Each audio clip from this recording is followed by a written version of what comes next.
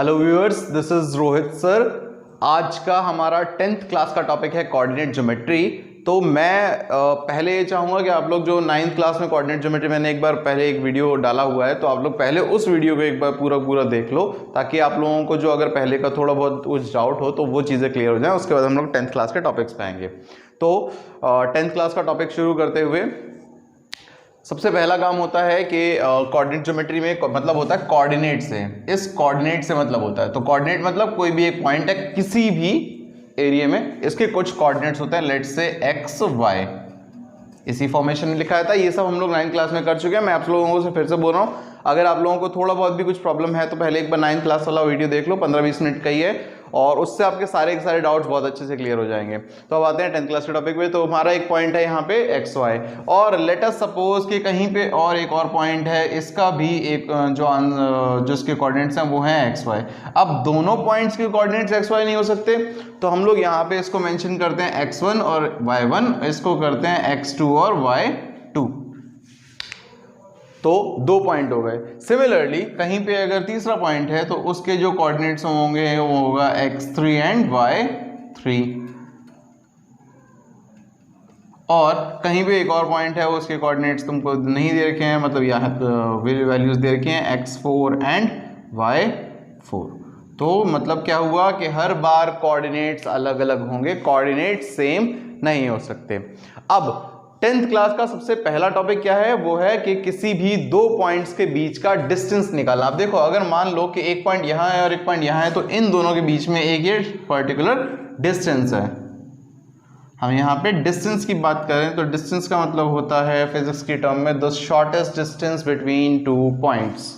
तो चाहे अब पॉइंट यहाँ से यहाँ के डिस्टेंस कैलकुलेट करो, चाहे यहाँ से यहाँ का वैल्यूज या आंसर उसका डिस्टेंस का इक्वल आने वाला है। इसको एक तरीके से दूसरे तरीके से ले लेते हैं कि हम लोग स्कूल जाते हैं, तो घर से स्कूल का डिस्टेंस इक्वल रहेगा जब आप वापस आओगे छुट्टी में स्कूल से घर, बशर्ते कि आप लोग घर से स्कूल और स्कूल से घर ही आ रहे हो। ऐसा नहीं है कि घर से तो स्कूल जा रहे हो पर स्कूल से कहीं से घूमते घामते आ रहे हो।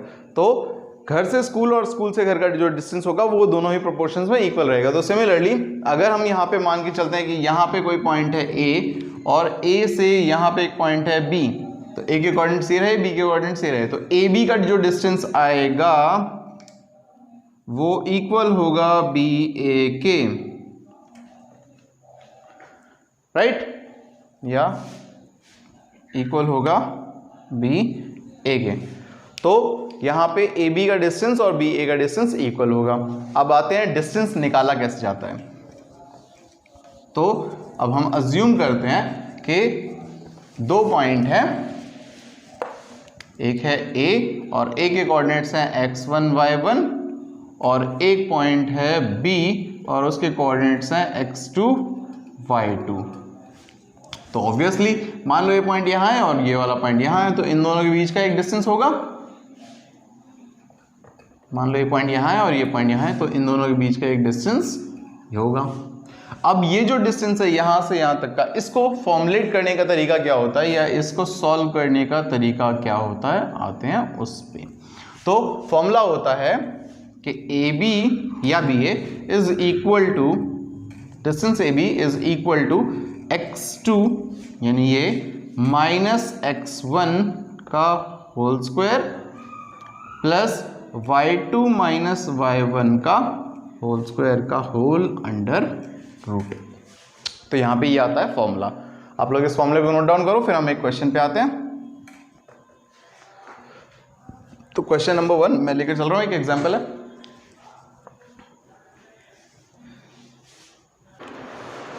अब हम आते हैं एक एग्जाम्पल पे। तो एग्जाम्पल क्या है कि एक पॉइंट है ए और उसके कोऑर्डिनेट्स हैं मान लो 5 और 2, और एक दूसरा पॉइंट है यहाँ पे बी और उसके कोऑर्डिनेट्स हैं 3,5।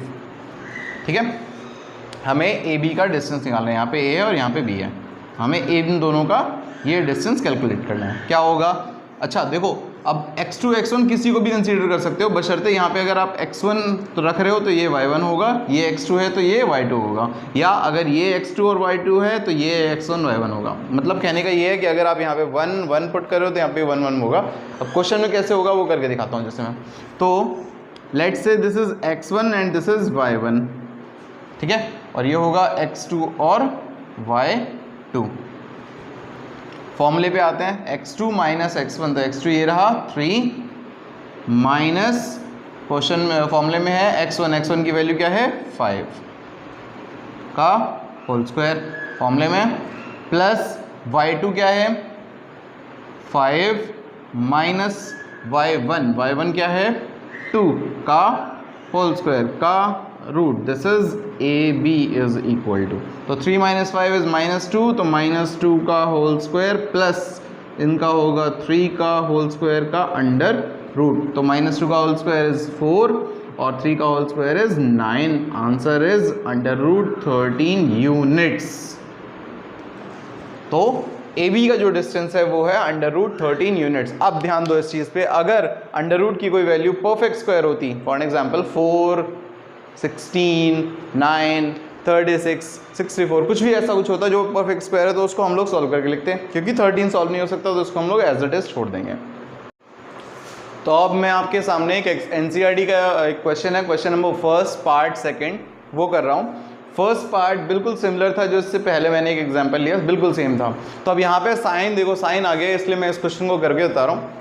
इन दोनों के पॉइंट्स का डिस्टेंस निकाला है। क्या फॉर्मूला था, x2 माइनस x1 का whole square plus y2 minus y1 का होल स्क्वायर का रूट। अच्छा, आप लोगों को समझना नहीं है या कुछ सोचना नहीं है, आप इसको पहले रखो, इसको बाद में रखो, या इसको पहले रखो और इसको बाद में रखो, आंसर सेम आएगा।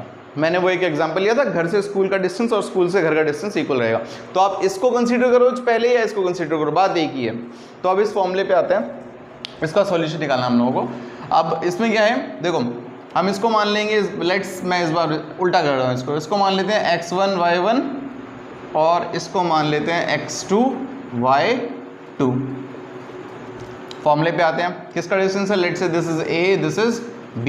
आप इस ab की जगह पे pq भी रख सकते हैं, तो कोई फर्क नहीं पड़ने वाला। सो ab इज इक्वल्स टू क्या हो जाएगा, x2 माइनस x1, तो x2 क्या है -5, माइनस फॉर्मूले में है x1 क्या है -1 का होल स्क्वायर फॉर्मूले में, प्लस y2 क्या है 7 माइनस y1 क्या है 3 का होल स्क्वायर का अंडर रूट, -5 माइनस